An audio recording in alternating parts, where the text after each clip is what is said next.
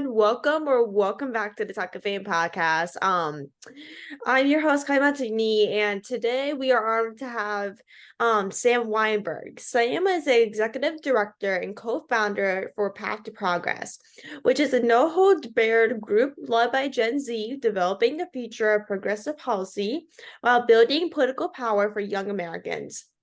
Path to Progress is an amazing organization that is making a difference for Gen Z all over the world. I've been following Sam's work for about a couple months now, and his work is seriously amazing. Especially political. I know a lot of people know I love to learn about more government, what's going on. So this like Path to Progress is definitely a really great source. But I'm super excited to welcome Sam to the podcast. Thank you so much for taking the time to chat. How are you today? I'm great. Thank you so much for having me. It's great to be here. Absolutely. I'm super happy to have you on and chat with you. But what does your day to day kind of look like as a co-founder and executive director for Path to Progress? It really varies. Our just as some background, Path to Progress is the only think tank and advocacy group led by and for Gen Z in the country. So our approach to advocacy and policy is four-pronged. We first focus on policy proposals that are innovative and forward-thinking. That takes a lot of different forms, advocating for those on social media, lobbying for those, advocating for those, with members of Congress, with state legislators, and also putting out long-form, comprehensive, data-driven, research-driven policy proposals. So policy is like our first bracket. Then second is advocating for those policies, like I mentioned, on the state and federal level. Third, we work to elect people who share our values, share our policy goals, and we work with them to develop policies to run on as well. Yeah, sorry. Oh, I was just wondering. I was what do you do for kind of state legislators and stuff like that? Do you only do Pacific states, or do you do all over all over the country? Um, we don't have a presence in all 50 states. We are mainly focusing, I think, in the next year on California, New York, Minnesota, and Michigan, maybe Illinois as well, because we've seen a lot of really impactful progressive gains in those states, and we think those are the states that are most likely to pass legislation that we would be in support of. But we're not restricted to any states. We work with people from all over the country, and as we continue to expand, hopefully we will have a presence in all 50 states and be lobbying all 50 state legislatures. Yeah, how when you go to a different state legislators or go to, national level all over the country, when you chat with these people that are legislators or who are run these type of things, how would they usually react when you kind of go to them and tell them your mission and what you plan on doing? Again, that depends on the person a lot. I mean, it can be sort of negative. I was having a conversation with someone who's a state delegate in Maryland who I suggested to this person that that they co-sponsor legislation for a 4-day work week, and the reaction was pretty abysmal. But then sometimes, I'll say things like that sound kind of radical, like a shorter work week, like decarceration, and people will be way more receptive. It just depends on the person and their district, their constituency, their beliefs. But even when people don't necessarily agree with our priorities, most people are pretty receptive and take the time to hear what we have to say, because they know that the work we're doing is important. Definitely. I know for example, a 4-day work week, I know with having a 4-day work week, people can have both negative and positive reactions to 4-day work week because, you end at work a day earlier, but also just have a shorter, week in terms of work and much easier schedule to have things much more easier in terms of their life and what they want to do, for example. No, yeah, absolutely. The 4-day work week provides a lot of freedom and flexibility, also an increase in productivity in a lot of cases. So we think of it as a pretty common sense policy, but not everyone's there yet. Yeah, definitely 100%. But how does Path to Progress kind of help develop progressive policy? Usually someone just has an idea and we run with it. So that can be an idea from our team, that can be an idea from a public figure, it could be an idea from the academic sphere, from a sociologist or a philosopher or a social critic or something like that. But a lot of these ideas really aren't new. Like a 4-day work week, is not new. There were shorter work weeks throughout, many other periods in history. In ancient Greece and ancient Rome, people worked fewer hours than they do now. In some feudal societies in medieval Europe, peasants even worked fewer hours than the middle class, and lower classes work here in the US now. A 4-day work week was on the table in the 1930s as a cure-all for the Depression. That obviously didn't transpire, but a lot of these ideas are really not that new. The idea that someone shouldn't be in prison for a nonviolent crime, the idea that we have to tackle the climate crisis. Wait, to go back to what I was saying, it's really not radical to say that people shouldn't be in prison for nonviolent crimes, to say that we need a shorter work week that prioritizes life more over work. So it depends on the specific implementation level. That takes a little bit more thought. We have to make sure that our federal advocacy and the proposals that we're advocating for at the federal level are constitutional, that Congress is actually empowered to act on them. It changes depending on the topic area. Sometimes we will have a broader vision for what would be a better society, and we want to work toward that. And then sometimes there's a specific problem that we want to address. Basically, on the state by state level, we have to make sure that the state government is legally empowered to do those things. They're not usurping federal powers. On the federal level, we have to make sure that Congress is actually empowered constitutionally to be able to do the things that we're trying to get done. So it varies based on the topic. Yeah, like what I know, like what you said, like having a 4-day work week really has been in talks for like years and years before probably me and you were born. Like I know with me, like the last couple of years, I definitely have read about a 4-day work week. And I sometimes it'll go to the government, but it won't, go well. Like it wouldn't, pass, or it wouldn't kind of go up to that level. But also with minimum wage, I know some people have been also working about minimum wage as well. I'm not sure if that went through as well. I'm so bad at keeping track of stuff, but like in your opinion, like how can we make change in developing the future of progressive policy? It's really incumbent on young people to become educated and informed on the policy issues that affect them. We have to make our lives better, because right now our generation is in a real state of precarity economically, existentially.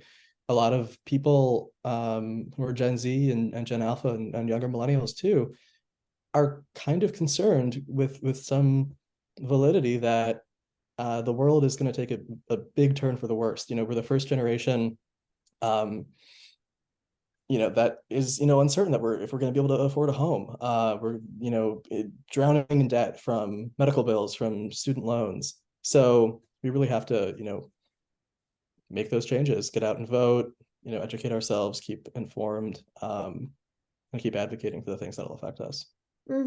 Yeah, I love that because especially with Gen Z, like every year there's always a little, different ways Gen Z could get involved. Even with Gen Z, at some points with jobs, for example, you have to be at least probably 16 to 18 or college to get jobs for political people or government, or if you want to volunteer, there's many ways. But with especially with Gen Z getting involved in like politics or getting involved in government or stuff like that, there's sometimes kind of limited opportunities for Gen Z to get actual jobs, but there's plenty of ways for Gen Z to get involved, whether it's like a local campaign, looking at a local election. I know some states are doing that as well, like elections coming up in a couple of days. But there's plenty of ways you just can get involved, whether it's like volunteering, campaigns, and stuff like that.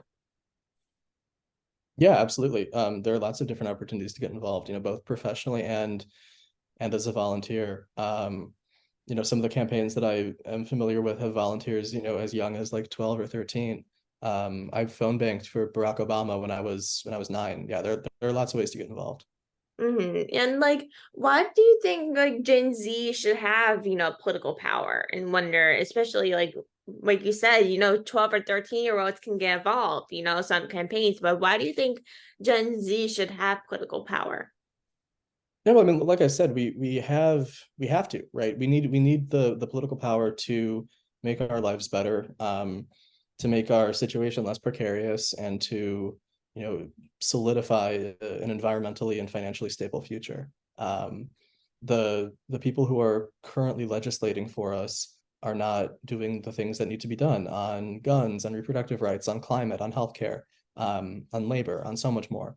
By and large, there are exceptions. There are lots of great people in Congress, lots of great people in state legislatures and governors' mansions, but we need more fundamental change, and that's not going to happen overnight. We have to keep building that by voting, by advocating, by lobbying, and I think most importantly, actually, just by talking about these things and talking about our needs, shifting conversations, having discourse about this, and engaging in fruitful dialogue.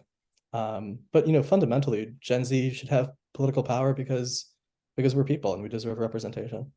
Yeah, like I totally agree because like especially with like Gen Z, everyone like you said should have power no matter how old you are, whether you're like a teenager, a child, adult, or like no matter how old you are, like you said, should have political power or have a voice in what they say, no matter how old you are. Like when like especially like with things happening overnight, like there's always issues to get things done, like, and not everything is going to happen overnight. I mean, people can always think could happen overnight, but it really just will help if people could talk about it, about a certain issue, like you said, it could be healthcare, loss of like getting bills passed or upcoming elections. Like there are different ways people can get involved, but it won't, or have a saying things, but it won't happen if people don't talk about it, because if people don't talk about it, things won't come like the way it should be and what you believe in, especially. No, absolutely. I completely agree. We have to be active. We have to, fight for these things, fight for the change that we want to see. And like, why did you want like Gen Z to get involved in your organization when you first started? Specifically, I think our organization Path to Progress is doing a lot of the things that I um just talked about in terms of, why young people should be involved politically. So in advocating for heavy, for heavily substantive policy oriented solutions, that's just something that's really important right now because a lot of youth organizations are dedicated to electoral outcomes. They're dedicated to winning elections. They're dedicated to information sharing, and those are really, really important things. And to a degree, we're also dedicated to that. Mhm. Um, but we also have to have, an organization that gets in there once people are elected, gets in there and gets people elected with heavy policies and advocates for those policies once people are in office. Elections don't matter unless there's legislation after them that is significant, that significantly impacts people's lives for the better. So when I talk to young people, other young people who want to get involved potentially, that's the main focus. That's the main pitch of what we do. That's unique. That's different. It's policy heavy. It's a little bit more cerebral. It's a little bit more wonky, but it's rewarding.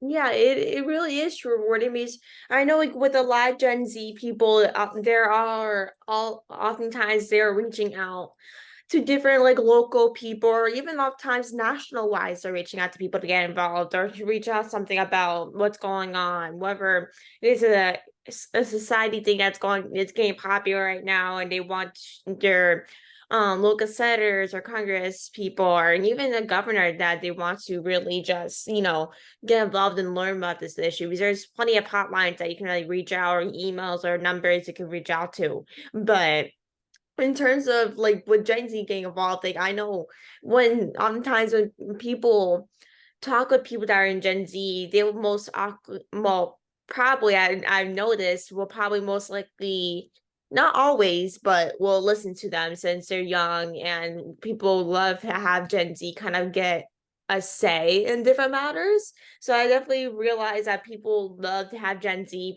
in politics because, like they love to hear like different ideas and opinions and different, things that are going on. Absolutely. Yeah, I think we are the most informed generation because of the internet, but that also means that we're the most misinformed generation often, because so much of the information that's accessible to us is either false or misleading. So yeah, I think digital literacy is something that we also have to really pay attention to and advocate for going forward.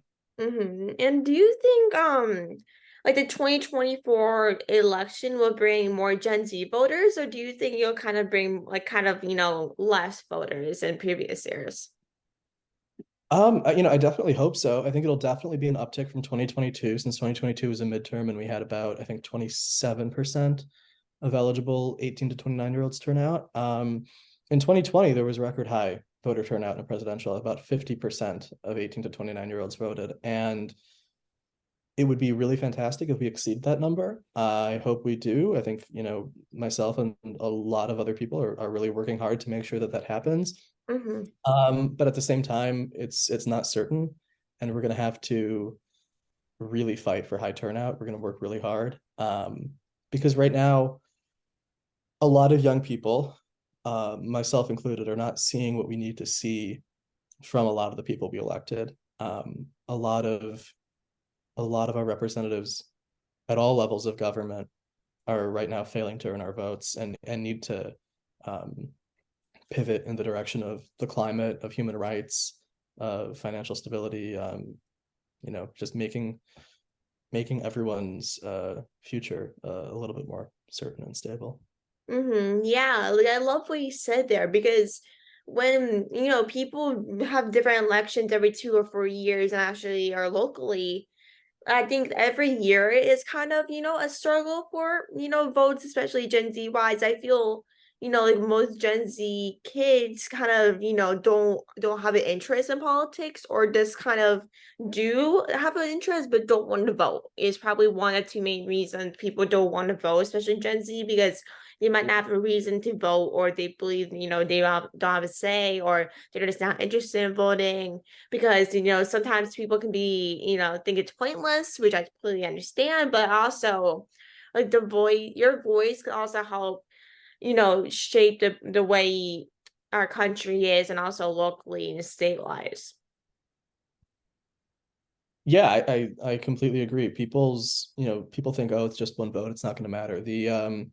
I think it was the New Mexico House of Representatives was decided by 2 votes last cycle. So it really can make a difference. And like several thousand, several million raindrops make a storm. You can have one vote actually be impactful if it's combined with others. 100%. And like how would you describe politics? Like I know like people have different definitions of how they would describe it. And also, like, people sometimes don't know what politics really kind of is. Like, they just kind of see all the media and government things, all everything that's on the news. But what is kind of politics about? Like, how would you kind of g give an explanation about what politics is from like your experience?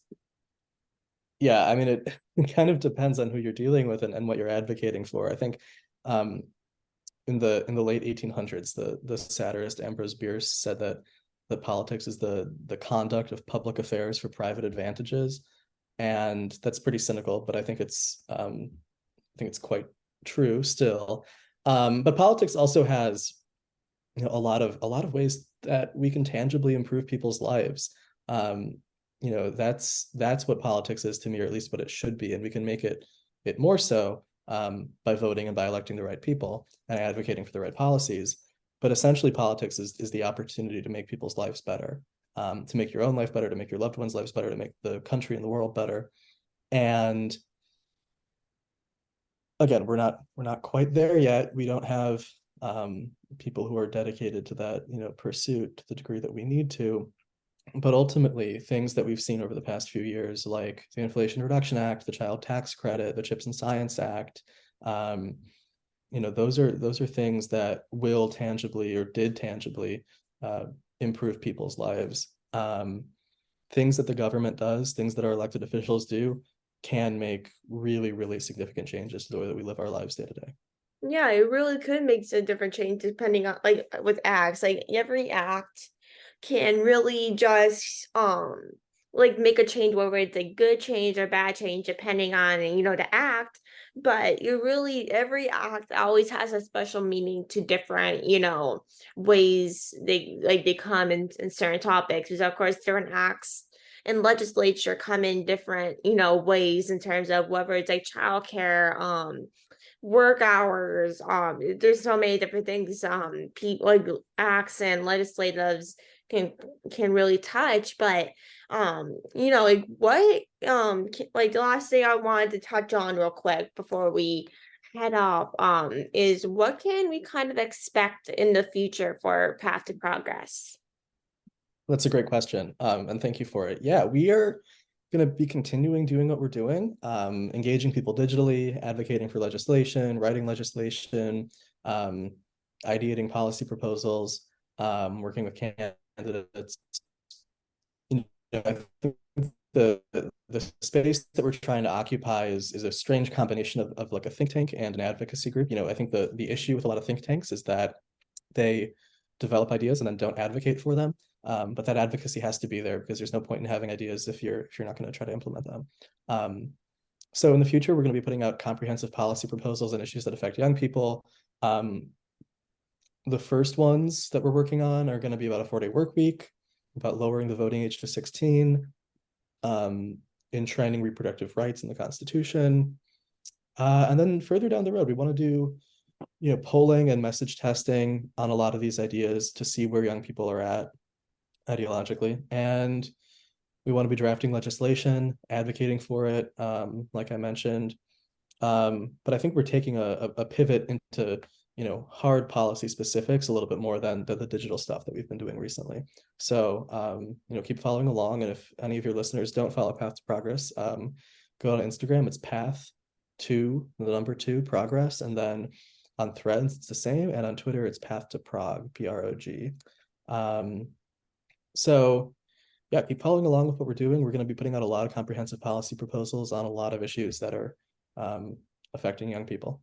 Yeah, that's awesome. But thank you so much for everyone tuning in to this episode. I hope everyone learned a lot from this episode. I certainly did. And make sure to go follow Path to Progress for more updates on what they're doing in the future in the next couple of months. I'm sure there's gonna be amazing things coming for them. And thank you so much for coming on and chatting. Love what you're doing, and everything you're doing is seriously awesome. So I really appreciate you coming on, chatting about it, and taking the time. I appreciate it so Thanks much. so much. Thank you. Thank you for having me. This is great.